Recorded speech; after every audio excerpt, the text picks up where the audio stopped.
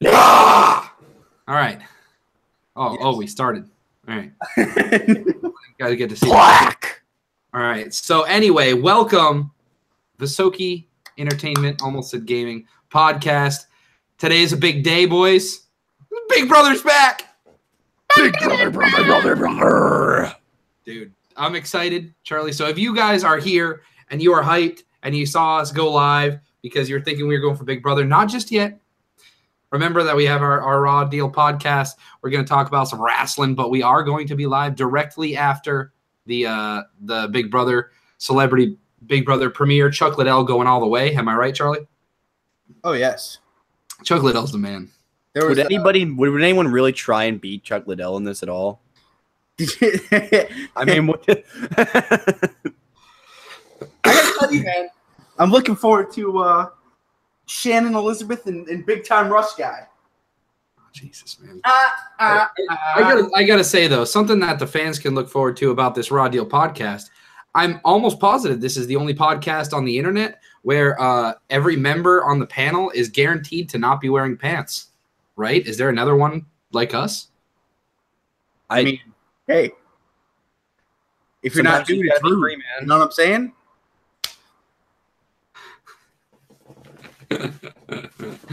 All right, so just make sure you guys don't stand up. We had Raw this week. A couple of the highlights from Raw that they were talking about was we were going to have some Elimination Chamber qualifying matches to go on. We already had, like 3 people qualify previously. Yep. Who ended up being in the stand up real quick. Oh, sorry. Which was Elias, Braun Strowman, and John Cena.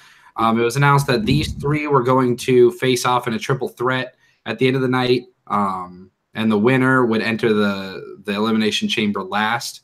And this is for the number 1 contender spot in order to face Brock Lesnar.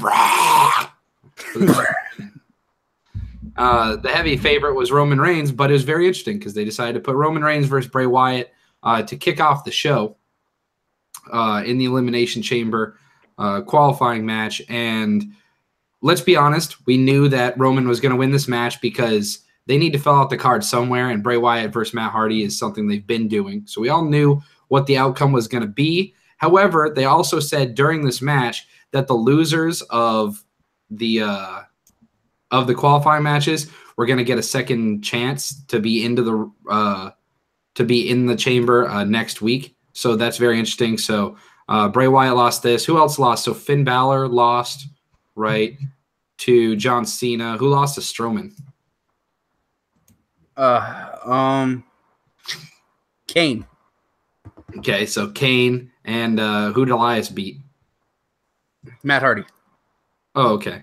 So next week we're going to see Matt Hardy and Bray Wyatt beat each other up. So yeah. So exactly. So there's a guaranteed 2 that won't win. They might stick Kane in there, but my money's got to be on Finn Balor. They said Kane's not in the Fatal 4-Way. Oh, he's not? So we're all but sure Kane's gone. So that's nice. He got his little run, put Strowman over. And it's got to be Balor, right? Balor's got to win that next week. Yes. Balor and who's Apollo Crews. That could be a shocker. I mean, I've been we'll get into that. But yeah. Yeah.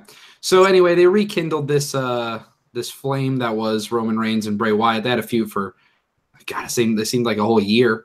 And I mean, they have really good chemistry together in the ring. I personally thought it's been long enough since we haven't seen it that it still felt fine and fresh. I agreed. So Charlie, you're thinking the same way. Bray, or I almost called you Bray, Garrett. Garrett, do you feel the same way?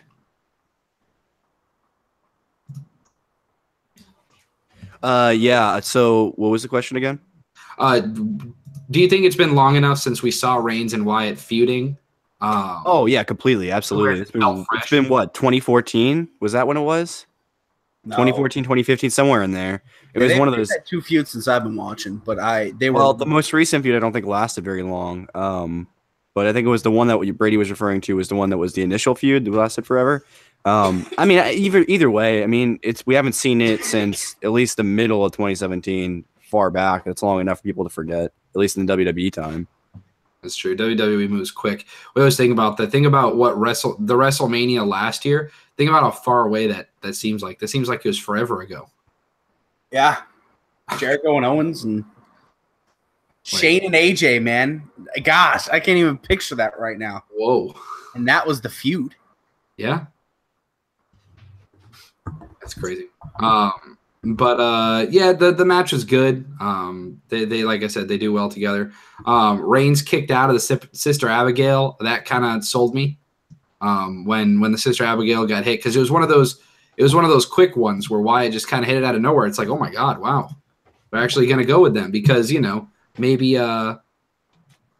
maybe they will go with Wyatt and let Reigns win that matchup next week. But yeah, it is weird to think that Bray Wyatt would have been in 2 elimination chambers in a row. And last year he won last year's chamber. Talk about something feeling like forever ago. Bray Wyatt was champion last year. This time. Literally this time last year, he would have just won it at Elimination Chamber because the SmackDown pay-per-view would have already happened. You know what I mean? So, yeah, there's that. That's nuts. We had the Revival versus Finn Balor and Carl Anderson, the Balor Club-ish. Balor and Anderson get the win via pinfall. First of all, Charlie, did you agree with the decision to let them win? I thought with the whole build-up as I don't know, it makes sense to have Balor Club win, but I feel like this is kind of the way they set it up. Like, oh, Finn's not a tag team guy. Maybe it would have worked against. I don't know. I'm torn between that one. I mean, do you think it makes the Revival look weak at all, Garrett? I don't know if it makes them look weak. I just think it's one of those we used to talk about this a lot. The lose-lose scenario matches where no matter who wins, somebody's getting the shaft, And I really hate those kinds of matches because you want to see your favorites go against each other, but I don't think you necessarily need to see those on Raw because it just mucks up the storylines, and it's their excuse for saying, oh, our storylines are so interconnected. And I mean, I want to see more. Let's just have them facing regular people instead of having the Revival, who are obviously on some kind of build-up right now. Have them lose a little bit more momentum every time, because I think every Raw since you've had Raw 25, they've had something happen to them on it that has a loss or something.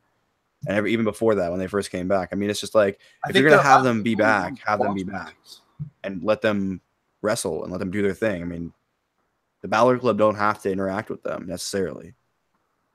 No, that's true. And I think, I don't know, there's a lot of ways they could have gone about it. I think the best way, what they should have probably done, is Finn Balor, since he's not used to being in a tag team, he kind of slips up and doesn't get to a tag quick enough or doesn't make the save quick enough somewhere along the line. Since the Revival is so good at tag team wrestling, they're able to capitalize on it and get the win. That's the way I would have done it, but agreed. I don't work for WWE, so. We had Mustafa Ali and Cedric Alexander versus Tony Nese and Drew Gulak. Match was fine, in my opinion. I mean, I personally think that 205, like the matches on Raw, need to be nothing but your barn burners. You have to have all your best matches on there, not on the 205 Live show. I'm hoping after this first round they end up doing maybe a tournament match on Raw. Yeah, we've heard some rumblings about that, which if you guys don't know, we will reiterate the fact there's a cruiserweight tournament that's going to go on. They're starting the first round this week? There's 4 matches done. Last week was the start. So we've got the tournament already underway, and I saw who was it that was making a return, and I was like, whoa. Oh no, it was Roddy Strong they had in the tournament. Yes. That's interesting. And something of note, I'll throw it to you, Garrett. Triple H it's been officially announced. You guys were telling me that Triple H has full reign over it. That's got to be a good sign, right, Garrett? Completely, especially if you watch NXT or even if you just watch the NXT pay-per-views, Triple H has got a good mind for wrestling, and that when he's in charge creatively or at least executively over a WWE production, it can turn out really well. I dubbed this match Gulak and Nese versus Alexander and Ali. What should be the cruiserweight title scene? Yeah. Yeah. that's all I have to say about that. Yeah, I know. Or at least 4 plus a couple others in a ladder match for the title.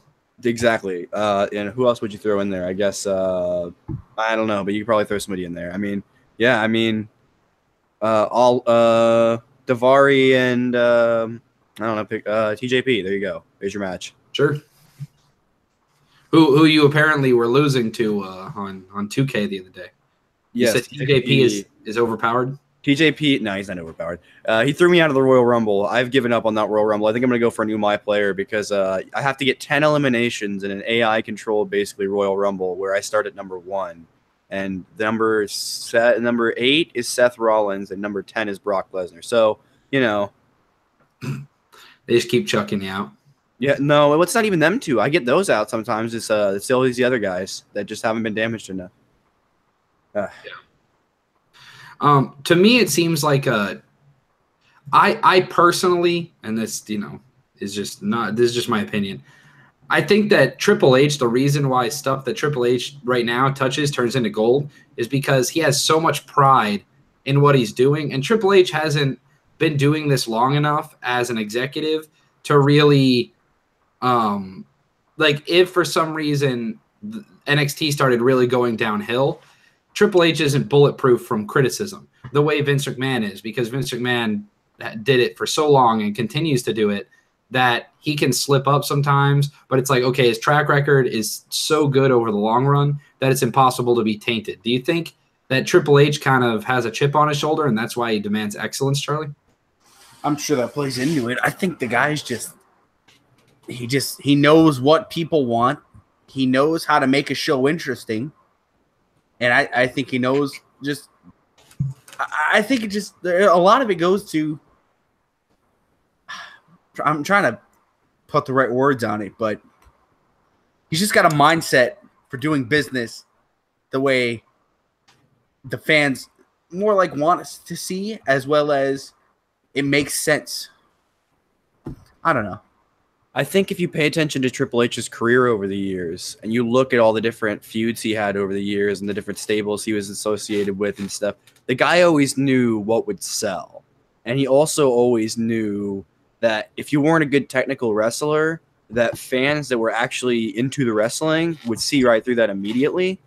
So he caught on to that. He developed a repertoire of moves that he could go to in different matches, And you got to admit, the guy's got one of the most adaptable movesets in wrestling. I mean, and he wrestled so many different kinds of wrestlers. I mean, and I think he just understands the business, and he's hungry for that creative outlet that he only really ever had in his own career or the careers of others he worked with. I mean, and obviously the guy's been involved in the back for years. So, I just don't know. Hopefully it's not too much for him to have to write 2 hours of television a week. But hey, I could see him doing it. You know what I mean? Yeah. Or have to help assist write with. I don't think I assume he doesn't write it himself, but I assume he has a major influence over it. Right. So anyway, Ali and Alexander get the win. This is a good team. I hope they put Ali and Alexander together a little more. I like the way they work together. We had Kurt Angle coming out talking about the women's elimination chamber. So that was the conclusion of the first hour. Second hour kicked off with Kurt Angle coming out, fumbled his lines quite a bit, looked a little flustered for a second, but he regained. The crowd loves him no matter what. Kurt Angle will always he'll never get booed again. So unless they really got some heat on him or something, or he did something outside WWE that was awful. But he comes out and announces that the women's elimination chamber is going to be Alexa Bliss defending her title inside of it against Bayley, Mandy Rose, Sasha, Mickie James, and what's her face? Sonya, that's her. I was gonna say the MMA girl.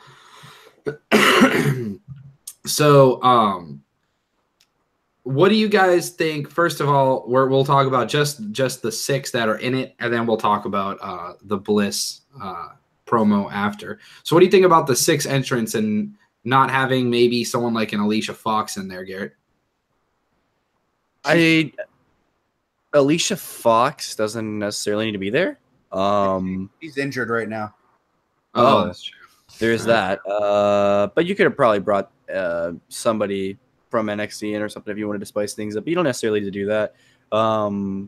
It seems like too much, especially with the Rumble having those 2 spots in it for Cole and Andrade and Moon and stuff. But I think what am I trying to say here? Come back to me because and it mostly comes into mostly what I want to say has to do with the match after too. I mean like I think these picks aren't bad. I mean, I don't know, maybe Mickie James was one of them.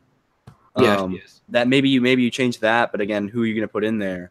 Yeah, I don't know. Yeah, I guess it works for what they've got going. I don't know. Maybe you could shift somebody in. Maybe not. I don't know. I mean, the real thing is, Charlie, do you think that Asuka needed a match at the pay-per-view? Because that's why they put Nia in the match with Asuka, which is also announced during the segment. Do you think that was the right way to go instead of putting, Nia Jax there instead of, I don't know, Mandy Rose? Yeah, true. I mean, it's I wish they would have came up with a way where the women can qualify. Now, they would have had to get creative, but it's called their job to get creative. I mean, it feels like I hate that Kurt Angle just walks out and announces to people. I just really don't like that. I don't know why, but I don't. And I'm hoping something happens where Nia gets in the chamber. And I don't know how, but well, right. That's the thing about an elimination chamber, right? You have to have the big person in there that can eliminate somebody by destroying them after they get eliminated by them, right? Mm-hmm. That's one of the big spots in every elimination chamber. You don't necessarily have to do it that way, but you can have a different spot with her in there. I mean, where she just annihilates someone and then gets annihilated herself, or yeah. I mean, now you just have to replace that with everyone doing a bunch of crazy stuff all the time, like you did in the Rumble. I mean, oh yeah, but can you see what I mean with that? Or I wish they would have. Regardless, when I'm looking at it, they only got 9 women that are active right now because Paige, Alicia Fox, and I'm sure I'm forgetting a name that is also Maurice is out because she's pregnant. Maurice. They probably didn't want to bring the Bellas in, even though that could have worked. I just wish they would have came up with some type of qualifying method. Yeah. Or maybe since it's a Raw exclusive, maybe you have some sort of SmackDown invasion where you throw one SmackDown superstar. Why not throw Becky Lynch in there as a wild card of what would happen if a SmackDown superstar came in and took the title? Yeah, I mean, it would have made sense. There's your replacement for Mickie. To figure out something. But you just had all these people the past 2 weeks, right? I mean, hell, Trish looked good. Why not put Stratus come back and even put someone over? Yeah. But I just wish they would have came up with something. Would have been interesting. Can we agree with that? Yeah, how exciting would it have been if like Gary, you're saying let's leave Mickie in there and let's say Trish was available to be in this match. Obviously it probably wouldn't happen, but let's say you throw her in there instead of Mandy Rose, and all of a sudden the final 3 or final 4, let's say Alexa takes a pin early, and all of a sudden it's down to Mickie James and Trish, one old rivalry against Sasha and Bayley. And then all of a sudden, and then whoever wins that goes on to face Alexa. Mickie gets eliminated there, and it comes down to Bayley, Sasha, and Trish, and then all of a sudden Sasha turns on Bayley. Trish almost gets a roll up, but then Sasha's able to pull it out, become champion, leading to Sasha Bayley. I'd buy that forever. It would have been awesome. It would have been awesome. And then what? Alexa just loses her rematch or something? She doesn't deserve a rematch. Pretty much, yeah. So that leads into this promo. So she comes out and accuses Kurt Angle of being a sexist because she has to put her title on the line and Brock Lesnar doesn't. Although the hole there in the logic is that Lesnar just defended his title at the pay-per-view and Alexa Bliss did not. So pretty much Bliss came out and said, do you value Brock Lesnar more than you value me? Kind of put Kurt on the spot. I thought that was a good little line, but I don't know. Basically, there wasn't really much of an explanation from Kurt Angle, but yeah, it came off as a good promo. It was well done. It's just there wasn't much I thought the idea behind it of Kurt putting her in her place, that she hasn't defended her title, as a reason for defending it at Elimination Chamber, was a smart thing to do. I thought it came off. It came off well. I thought it made sense at the end, like with Kurt, why she's defending it, and the fact that she hasn't defended it since October. And there's been weeks she hasn't been on TV on a 3-hour show. That's man. been the running joke, is that her and Charlotte don't defend their titles. But Naomi had to give it up after 9 days. Right, because Naomi, they brought up the whole has to defend it every 30 days clause. She's the only person that's ever been held to that. Yeah, this title reign's been a joke, man. I'm ready for Alexa to get this belt off her. I would agree, actually. And You know, I the like sad thing is too is that once she loses that belt, she's gonna lose all her momentum, and there'll be nothing they can do with her. So this leads into the announcement that Nia Jax will be facing Asuka at the pay-per-view, because a lot of people were like, well, where's Nia in that chamber match? It seemed like she was a given. Kurt Angle said that Nia will face Asuka, and that if Nia Jax wins, then she's added to the match at Mania with Asuka against whoever the champion may be. If in kayfabe, Garrett, if you were Nia, would you rather be in the chamber, or would you rather have to face an undefeated Asuka? If I was Nia, I would rather be in the chamber because I have a way better chance of winning. and it's for the title. Because Right. everybody, including me, when I was in NXT, I believe she faced Asuka at one point. Maybe in like a TV. She had to have it on TV at some point. There's no way that it didn't do that. Dude, I just remembered another one. Sorry to cut you off. Dana Brooke. Yeah. Oh, there you go. She could Where's be. she at? Well, with the Titus brand, man, she's Like, doing all those. She's a not a secretary. wrestler anymore. She's a statistician. Yeah, she does all the stats. Damn it. She's like the old guy that sits at baseball games and writes down all the pitches. Asuka faced Bailey. This match was awesome. These two work great together. It's just been interesting because this kind of brought out the side of Bailey where, Bailey was so good at NXT, and every time there's like a big match feel with Bailey, she always rises to the occasion. It ends up with Asuka winning via submission, but this match was great, wasn't it, Charlie? Yeah, it gives you hope that when Bailey ideally moves to SmackDown in a couple months, maybe she'll get a chance again, and maybe she'll get over. She is a good wrestler. That's what I've always like. That's always kind of sucked about how Bailey died on us. She can wrestle better than most women, She's great. and hopefully they switch. I want her and Becky to switch, but who knows? Maybe that's the move. Maybe. I mean, it seems like just like last year, that's going to be our time for a switch, right? Yep. Garrett, it's obvious that they're really building towards a Bailey and Sasha feud, and they probably want to do it for Mania. But when is the best time to pull the trigger on that? Is it right before Mania, or do this has to be like a Tommaso Ciampa type heel turn, right? Kevin Owens on Sami Zayn. It has to be one of those. I mean, yeah, but I mean at the same time, it also mean you could just like in the same way that I think if you had the New Day breakup, you'd have to have them entwined in some kind of feud. I think you have to do that here. Because, and here's the reason why, because they've been so buddy for so long that if they just suddenly were like, yeah, they're going to fight for the title at Mania, everyone would be like, what, why,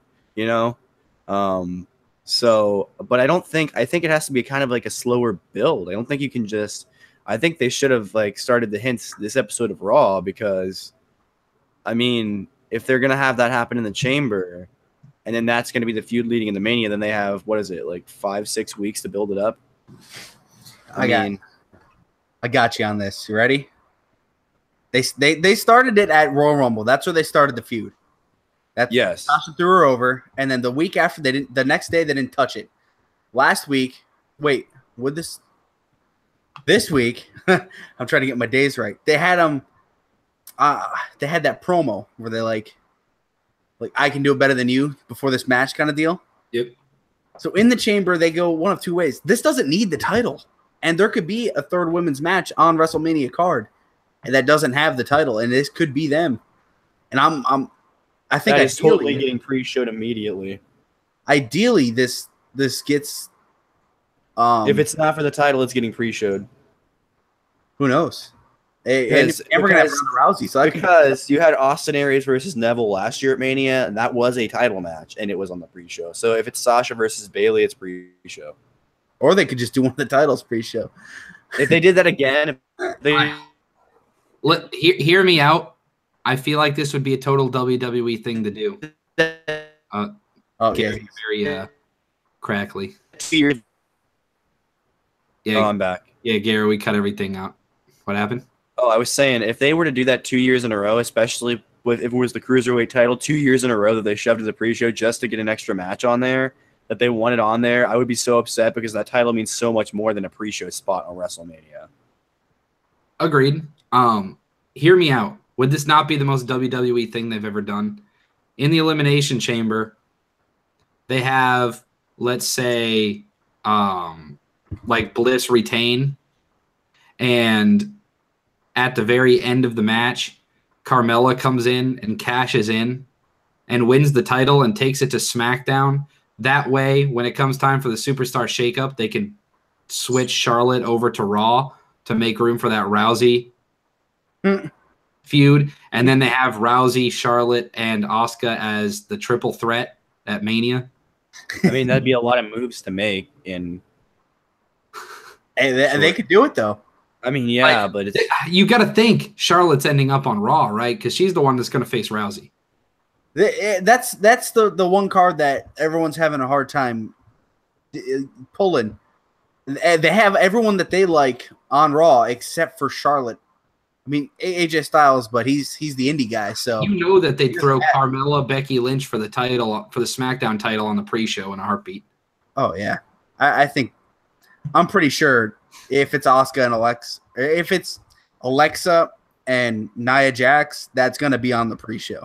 Here's the issue with it, though. The women's titles are literally listed as the Raw women's title and the SmackDown women's title. It's not like the Universal and the WWE where they could theoretically switch and it doesn't matter. You're not going to defend the Raw women's championship on SmackDown and the SmackDown women's championship on Raw. No.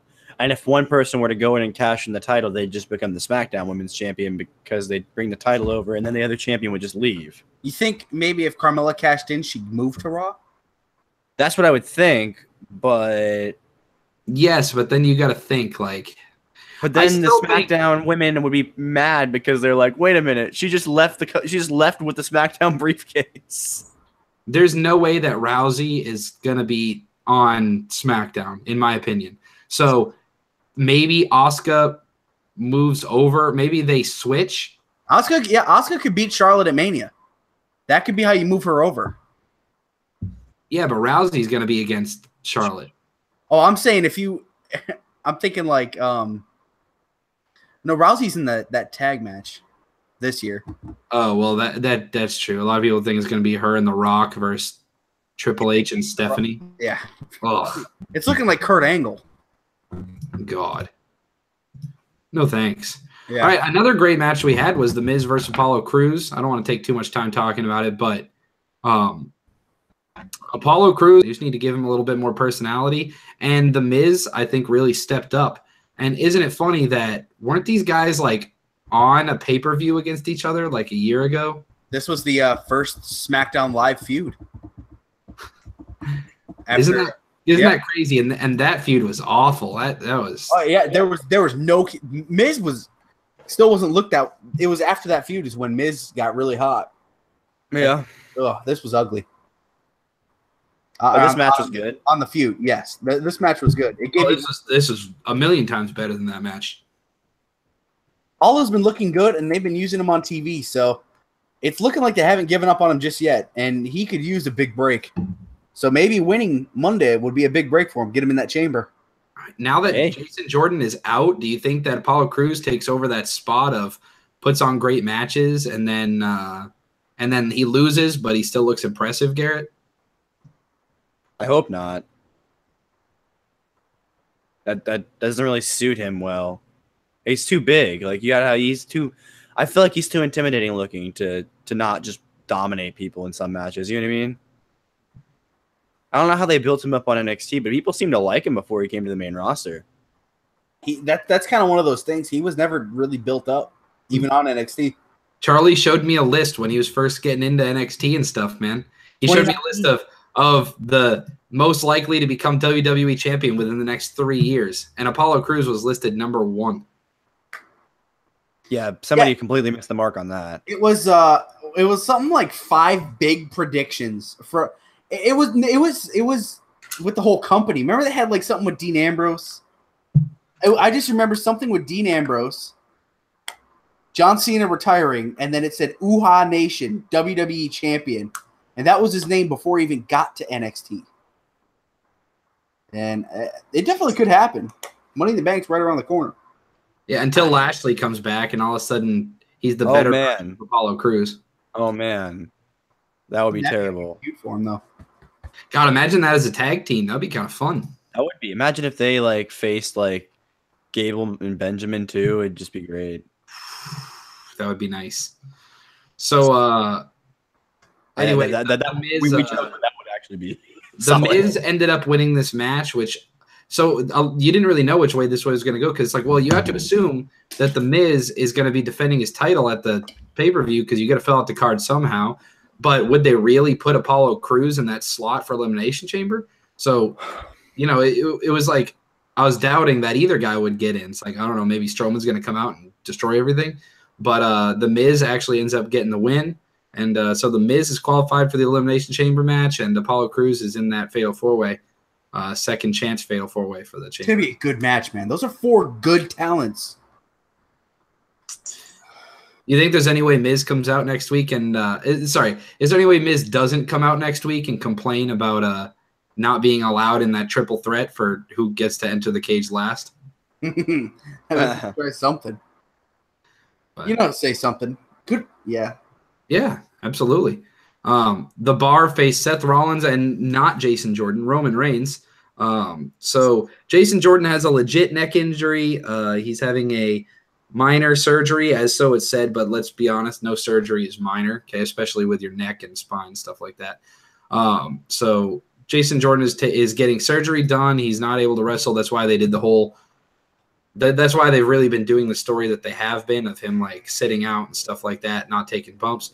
So Roman wrestles for the second time in the night.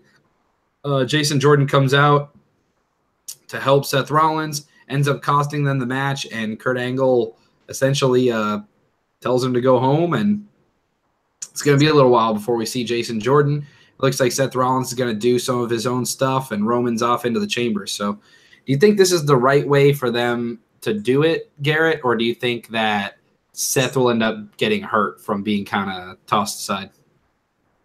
I don't know that he's being tossed aside. I think this is just their way of making sure they didn't have to have them in the title feud. They may just go with Titus Brand just so they can fill out Elimination Chamber's tag team match. Or they could pick any tag team. The Revival, Balor Club. I mean, because Gallows and Anderson are still available. You know what I mean? So even though Finn potentially, but like, I mean, dude, the OG Shield tag team champions 2 times, right? They held them twice or something. Like the original tag team that was like. Everyone thought Dean was going to be the breakout guy. They thought he was the face. And weirdly enough, he ended up innovating tag team wrestling in the last year. Like completely. And yeah, I mean. So, but it was cool to see their dynamic style. They fell right back into it, Like, they just had to change their movesets a little bit. It was just really cool to see them back together. Well, Seth has always worked way better as a babyface with his high-flying stuff, so it's always nice because, the team kind of started getting seen as a heel team because the people hated Jason Jordan so much. So, yeah. Kind of nice to see that Seth can actually be a legit babyface and not have to worry about anything now. And when you put Roman with Seth, he still gets cheers. So, yeah. So the caveat to this match, the whole thing was win, lose, disqualification, whatever it may be. This will be a disqualification match. This will be Rollins and Jason Jordan's last chance at the tag titles. So Charlie, it looks like the Bar moving on. They won via disqualification. So Do you agree with Garrett? Do you think they're going? You think they're going maybe the club? Which way do you think they're going? Couple things. I thought this really sucks for Jason Jordan. 2 months ago, he's throwing cabbage at Elias, and now he's over as one of the biggest heels. Woman, was it cabbage or lettuce? That's the question we all want to know. And then, 2 months ago, he's doing that. Maybe a little longer, maybe 3.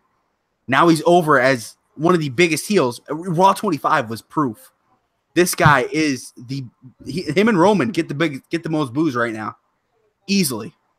Him, Roman, and Elias. No, I think Elias has to at work to get him. He gets cheered. Yeah, Jason Jordan just naturally people hate him. True. And then Rollins, I don't. Oh, I was gonna say that promo we cut after on Jason Jordan, that he delivered that I thought perfectly. Oh yeah, that was so good. So, I mean, you think I was hoping that these guys were set up for either singles match at Fastlane or WrestleMania, but now that'll probably not happen. That would have been a big spot for the both of them. But do you think Jason Jordan maintains that heat while he's hurt, Charlie, or do you think he comes back and they got to rework it? If he's out 8 months, man, no way. Just like Big Cass, he was getting those mega boos. There's no way he's gonna get heat like that. He's gonna get cheered at first. They'll probably try and flip him heel, but who knows?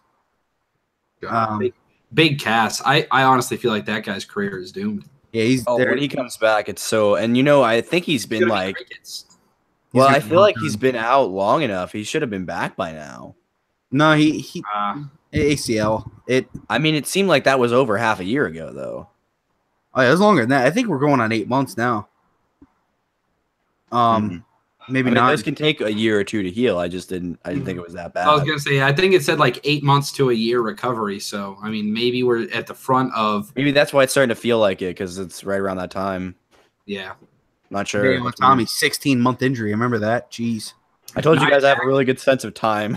Nia Jax defeated Vanessa Floyd. Yeah. Who? That's it.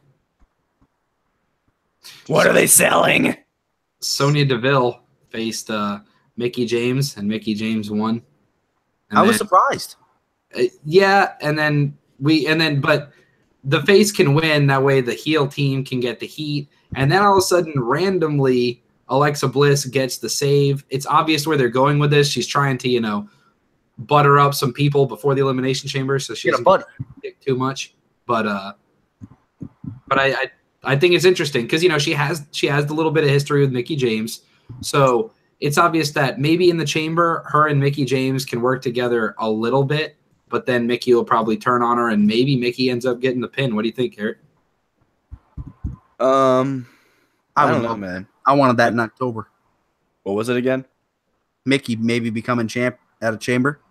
That'd be cool. Well, not even champ. I'm just saying pinning Alexa, knocking Alexa out. Oh yeah, that would be nice. Give her the rub of that, because they had their little where Alexa just went hardcore on her for a while. Yeah, I mean, sure, that'd be cool. Give her a little bit of a rub off Alexa. I mean, Alexa does need to get eliminated early in this match. I think it'll garner a big pop because people will be like, "Ooh, who's gonna be?" And then they'll want anybody. Quite honestly, even if Mickie won, we'd be like, "Oh," but we'd still be like, "You know what? It's pretty cool," because I think. We're losing him. Charlie, take it out. Take it away. I was gonna say they got a lot of history. So, I mean, she brought her in as La Luchadora on her return. Connection. Yep. I'm back. What I was asking was, if she wins it, does she break the women's championship record, or does she tie it? I don't know, since it's a new one. I don't know what they're counting with it. Well, they're referring to her as a multi-time women's champion, and that's the name of the new title. So that's why I was saying. I'll pull that stat up right now for you.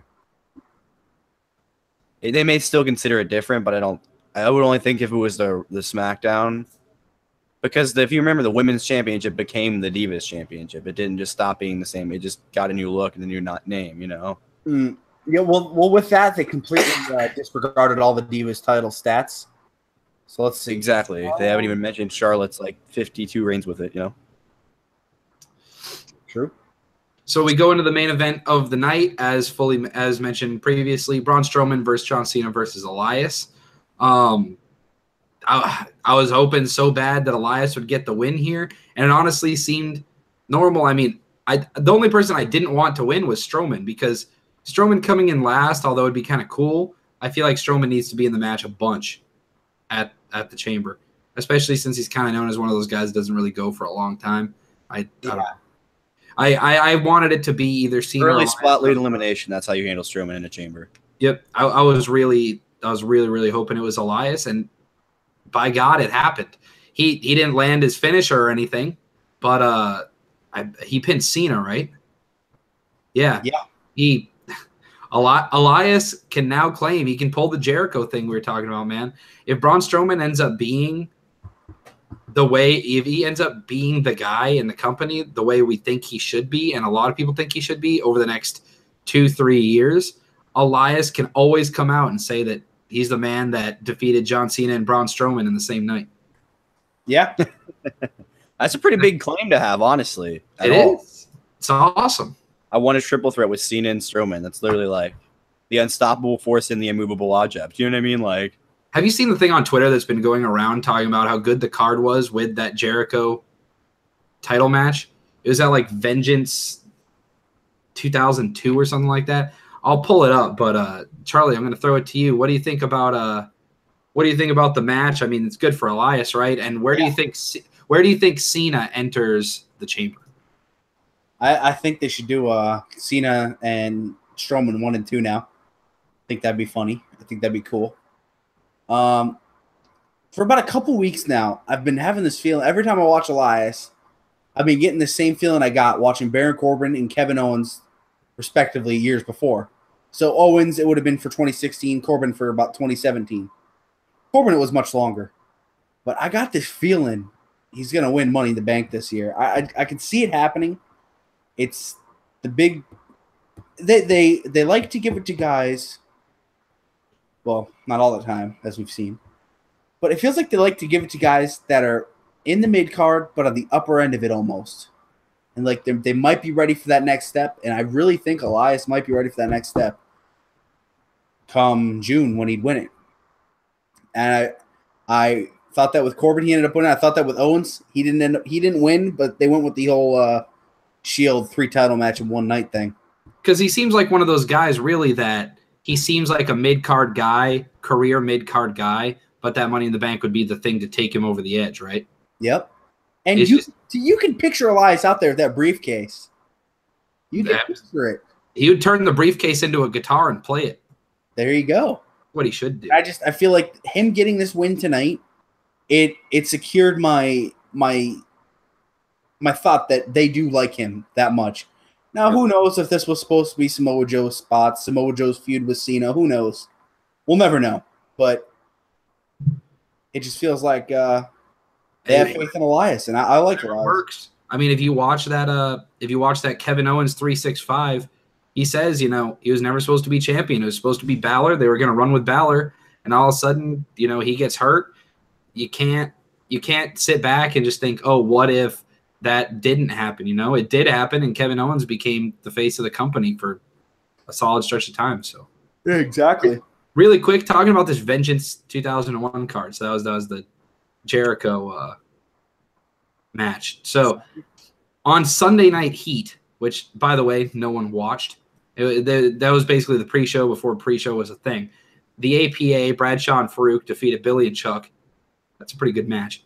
And then on the pay-per-view, Albert and Scotty 2 Hottie defeated Christian and Test.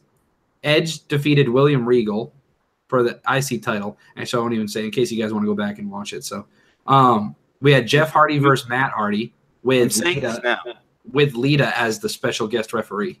We're gonna start retro reviews. I'm saying this now. We're gonna go back and watch stuff. I don't know if you already went through this, but we talked about this like I don't know, 6 months ago or something. We talked about this because we all have the network.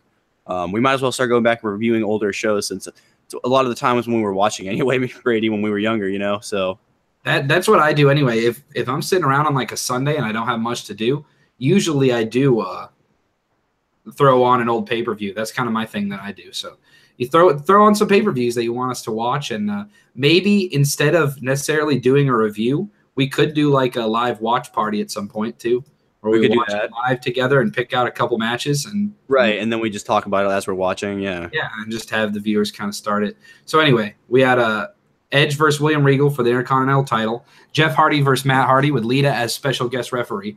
The Dudley Boys versus Big Show and Kane. The Undertaker versus Rob Van Dam for the Hardcore Championship. Dude. Trish Stratus versus Jacqueline for the Women's Championship. That's not bad. Stone Cold versus Kurt Angle for the WWF Championship. Chris Jericho versus The Rock for the World Championship. And then Chris Jericho versus Stone Cold for the unification match for the undisputed WWF Championship. That's awesome. Which obviously Jericho would go on to win. Right. So Spoilers. Spoiler, yeah. But I mean, think about that. Think about those 4 people. Is there any way that we could see like the 4 people in those matches? Stone Cold, Kurt Angle, Chris Jericho, and The Rock. And that's leaving out Triple H and Shawn Michaels. Jeez. Imagine an Elimination Chamber modern day with Stone Cold, Kurt Angle, Chris Jericho, The Rock, Triple H, and Shawn Michaels. Ugh. My God. My God. no. I mean, this Elimination Chamber is looking to be good, though. I mean, we got Strowman, Cena, Elias, Roman. It looks like probably Finn Balor, and then I don't know who the 6th is going to be, but by God, that sounds pretty good. My God, Michael, that's a Elias pretty is good the match right oddball, there. Listen here, brother. That's a brother match if I've ever seen, brother. Grades for Raw. Charlie, throw me a grade. B+. All right. Garrett? 4 brothers out of 5. 4 brothers out of 5. All right. I will give it a so you're pretty much giving it a B. Yeah. Essentially, yeah. I'll give it a B. I think it was all right. Not much progression as far as storylines other than the Jason Jordan stuff, but even though it was progression here, we know that there isn't going to be progression over the coming weeks because Jordan's not going to be there. So that's a little odd, but the matches were very good. I mean, between Asuka, Bayley, and Miz, Cruz, and the main event, the triple threat, I thought those are 3 very, very good matches. So. Pretty much all the matches had stakes in them, too, so. Yeah, like they were all tied into the storylines, which is something we usually don't get. Yep. I'll tell you something we do usually get, and that's Shane McMahon and Daniel Bryan bitching about AJ Styles, Kevin Owens, and Sami Zayn, and that's exactly what we got to open the show again. I'm so sick of SmackDown. It's such a it's just such a bad. Whoa, brother.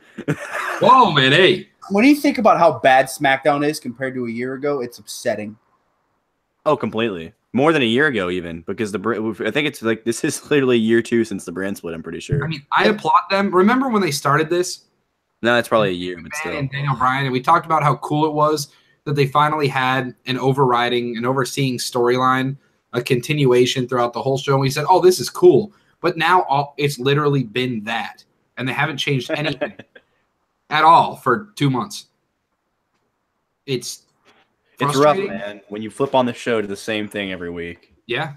And can we admit, since the split in April, SmackDown has been the worst wrestling show. I'm not counting 205 Live, but SmackDown is by far under Raw and NXT. Well, Raw has the storylines down, and NXT has the wrestling down. SmackDown is subpar at both. Yes. They haven't had a women's feud since the brand split. Yeah. Yeah. How sad. And it's funny because they've never done Charlotte versus Becky straight up, and why not just run with them for like 6 months? Ever since that last shakeup, man, things for SmackDown have just been bad, which I predicted, by the way. Everyone was like, dude, look at how SmackDown came out of this brand split. I'm like, I know, look at it. They got I know, a lot of people said, oh, good, Charlotte's going to SmackDown. She'll give them a big, And then she did nothing and nothing and nothing. And then admittedly there was family stuff, and I give her that. But then she did stuff finally and won the title, which was fine, And then nothing. So she's more useless than Tom Brady's catching ability. Was she even at the Rumble? I'll tell you what Charlotte did do, though. Hey, she's got more of a job than Josh McDaniels' agent. Dude. Whoa. Charlotte defeated Liv Morgan. Anything we want to add? I'm sorry. Hey, man, it was a one-on-one match. I'll give it that. I will give it. I can't remember the last time Liv Morgan cannot wrestle. The Riot Squad is the worst NXT call-up I've ever seen. I was going to ask, is this the worst NXT call-up? They're already on the back burner, man. They're already done with them. Dana Brooke was bad, and Ty Dillinger was bad, but man. Triple H needs to take over SmackDown. You could argue that Shinsuke's initial call-up wasn't that good either, you know. Triple H needs to take over Raw, and just, for some reason, just Vince McMahon needs to be like, you know what, man? SmackDown's going to be my thing. Just let him go to SmackDown. I'm pretty sure the head writer of NXT went to SmackDown for the first brand split, and then when the brand split happened, the shakeup happened, he went to Raw. I forget the guy's name, man. If I saw it, I'd know it. Look it up. I'm looking it up right now. While you look it up, we're going to talk about the Bludgeon Brothers. I'm already. They defeated what Bleacher Report lists as unnamed talents. I'm just. They squashed them, and then the interesting thing happened. I don't know why I was so into it, but I was really into when Bludgeon Brothers finished their match and Usos came down for a promo and that stare down they had. I don't know. I'm looking forward to this. It's obvious they're going to go Bludgeon Brothers versus Usos at, what is it, Fastlane? Yeah, I don't know, man. I think this is going to be a damn good match. I don't know why. Charlie, tell me I'm wrong. The Bludgeon Brothers versus Usos? Yeah. It should be good. They need it to be good. But the wrestlers have the ability. I'm telling you, man, they should never have ever done this dumb top 10 list. Because they just going to say, what do you think about the New Day being ranked above? Give us insight to everything they're doing. As soon as that list happened and Randy Orton was the highest singles competitor, you could ask Rick. I literally told him, I'm like, dude, that's who Bobby Roode's going to be facing. We'll get into it, but later in the night, they gave that away. The New Day and the Usos are going to be facing.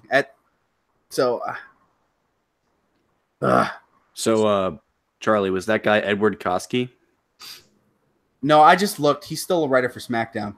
Oh. His name is Ryan Ward. Yeah, I'm looking at that guy right now. Okay. Garrett, did you notice the pattern with the top 10 list since we're talking about it?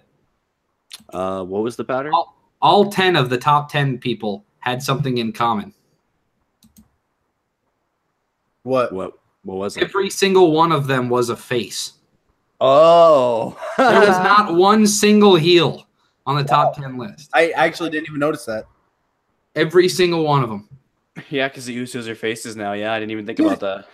If we're being honest, if they were going off who deserves a chance the most, there's only one person that gets a chance, and it's Rusev Day. Rusev and Aiden English should have been 1 and 2 if this was legit at all. Well, something I didn't even touch on. I mean, Rusev has a championship match later on in the night. Shane McMahon was out here and he was like, we like to listen to the crowd. And then they chanted Rusev Day over and over again. And instead of saying, yeah, and that's why he's got a title match later on in the night, he was like, duly noted. He deserves so much better. It's a shame that man has not had a world title match. Well, what's a shame is that they keep trying to make him a heel. They want him to be a heel so bad, but there's no way. It's just not going to happen. He was, undefeated a year and a half in WWE? The only way they know how to get heat is to have people be on race. Like, it has to be a race issue, or it has to be they're seen as the company person, like Roman and Jason Jordan. That's the only. He got over so well, man. That guy had a big. I hope he's back in a month. I hope it's nothing serious, and he still gets booed out of the building. Same. But Bludgeon, back to the matches though. The Bludgeon Brothers look good, and this led to an Uso promo. They came out. I thought the Usos promo was fantastic. I think they came out. They basically talked about they're ready to whip some ass, and that's kind of it. They basically said. They're sick of being overlooked. They're going to run over anyone that they end up facing.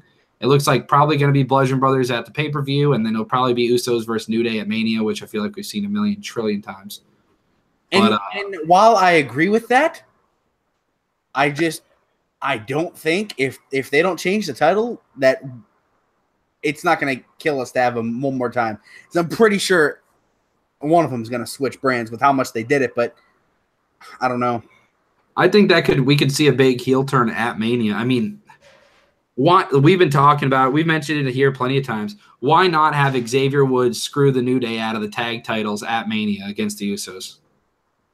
Oh, Xavier Woods would be such a good Megalodon heel. God, man, have him come out there in a suit, hair tied back. Yeah, I would love to see Xavier Woods pushed as like a Megalodon heel. absolutely. Especially the way he holds hold on, that. Charlie. What is a Megalodon heel? I don't know, but Ooga Booga Megalodon's the little creature on Black Ops 3. So I'm pretty sure a Megalodon's a dinosaur. It's a prehistoric. It's a shark.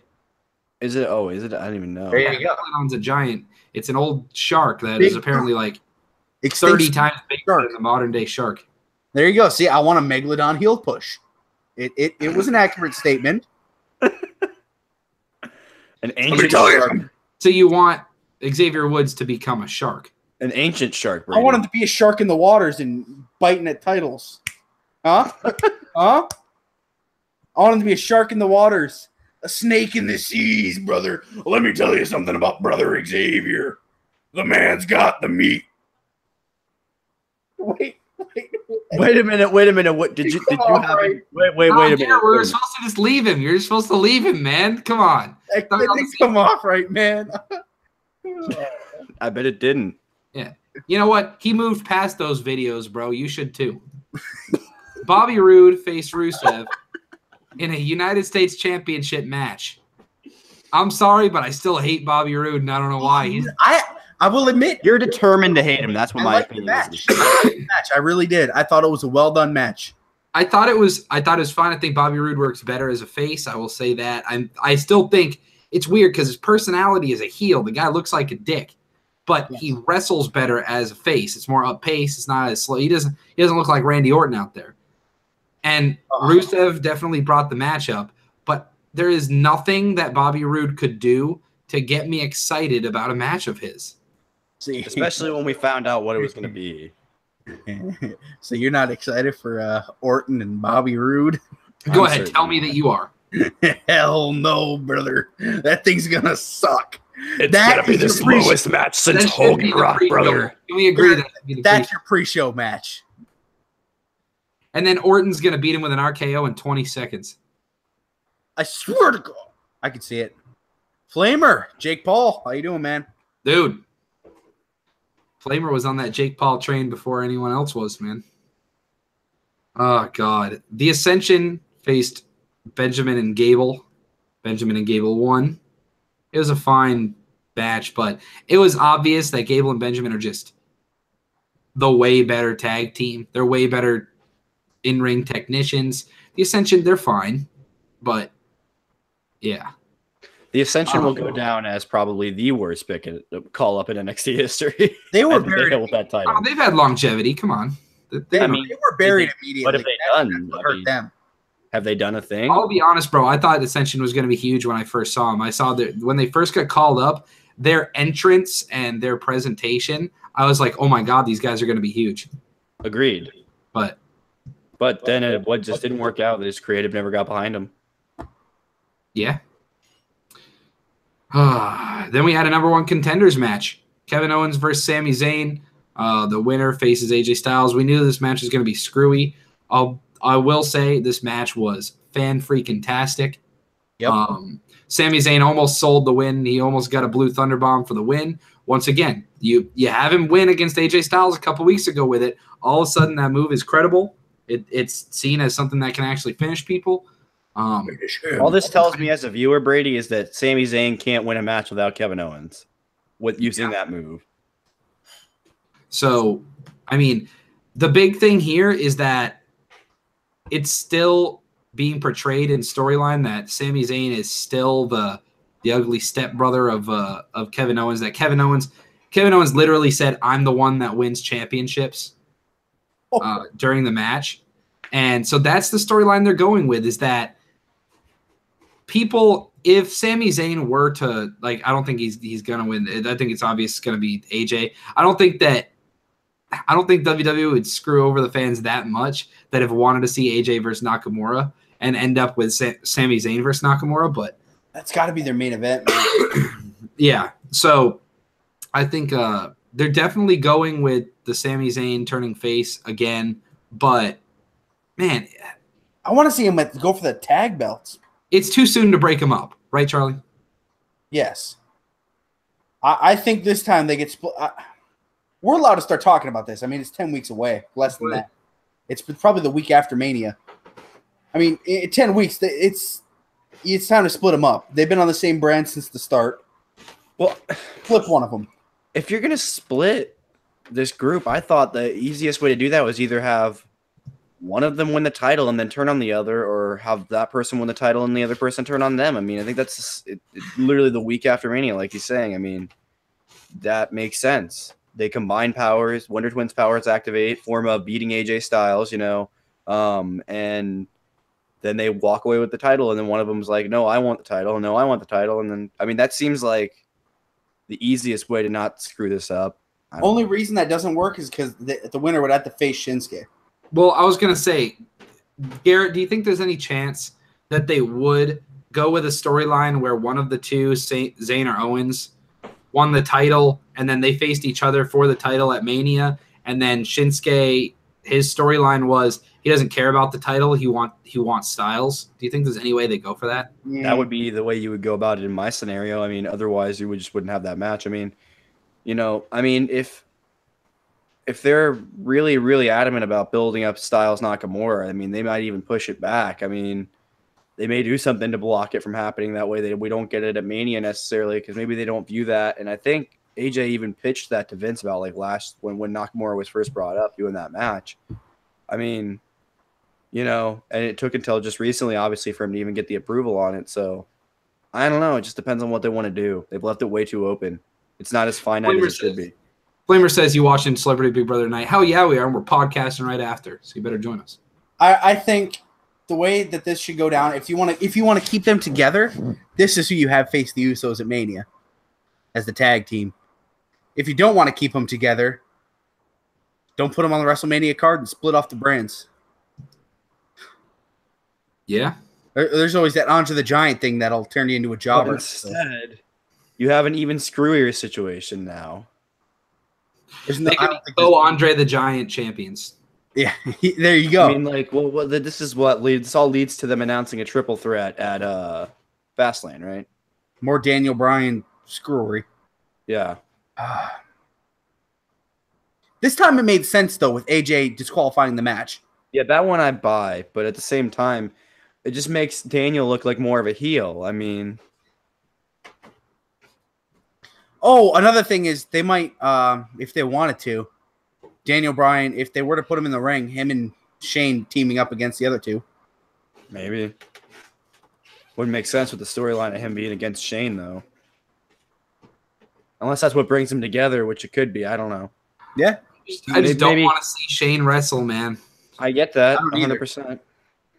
And I don't know how they have to face whoever he wants. They keep having him face the top guys because he's allowed to face whoever he wants because he's a McMahon. Last year, we got AJ Styles, the best worker in the world, tied up facing Shane McMahon instead of someone actually good. Yeah, we lost a potentially really good Undertaker match against anybody. Yeah. So it's just, I get it. I mean, it's the McMahons. They're allowed to do whatever they want. I totally get it. But Flamer says you guys should put Fortnite on the channel. I want to see how good you guys are. I'm a beast, Flamer. I'm all right. Charlie's a god. I'm booty. But together, we're the God Squad. Indeed, yeah. Some say the Dream Team. Yes. Rick came top 10 again today and then raged. Nice. All right, so let's reconvene. Big Brother is on at 8 Eastern, so that's in about an hour, guys. Speaking of Fortnite, I'll probably go play Fortnite right now. But first, I want to get you guys SmackDown grades. I will give SmackDown I'm gonna give SmackDown like a D. I didn't really get too excited about anything. The Usos promo was good, but it's about it for me, Garrett. And the last match was good. Garrett, what did you give it? I'll give it a D plus. The match the last match saved it a little bit for me, but it saved it from being an F. Yeah, I think I'm gonna give it a C- on this one. I just don't like giving like I feel like I was given super low grades for a while, and like C is like my base point to jump back to. Yeah, C- though, because there just wasn't enough on this show.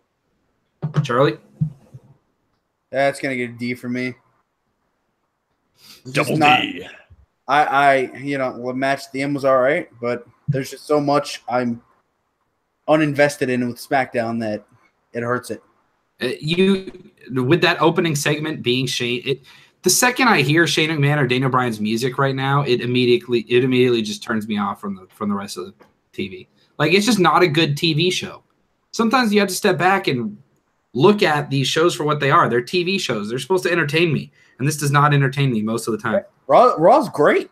Raw's fantastic. SmackDown's just not a good show right now. It needs help. It does. I think Raw still needs to clear out the plaque. Agreed. So you guys go take care of your plaque. We're going to go play some Xbox, watch some Big Brother, and we will see you guys at 9:01 Eastern Time. Right, Charlie? 9:03. That's when we'll be on. 9:03? All right, sounds good. 9:0210. Give us 2 minutes. 9:0210. Anyway, make sure you guys like and subscribe. Click that little bell so you know when we go live. Ding! And until next time, we're out. Scrap!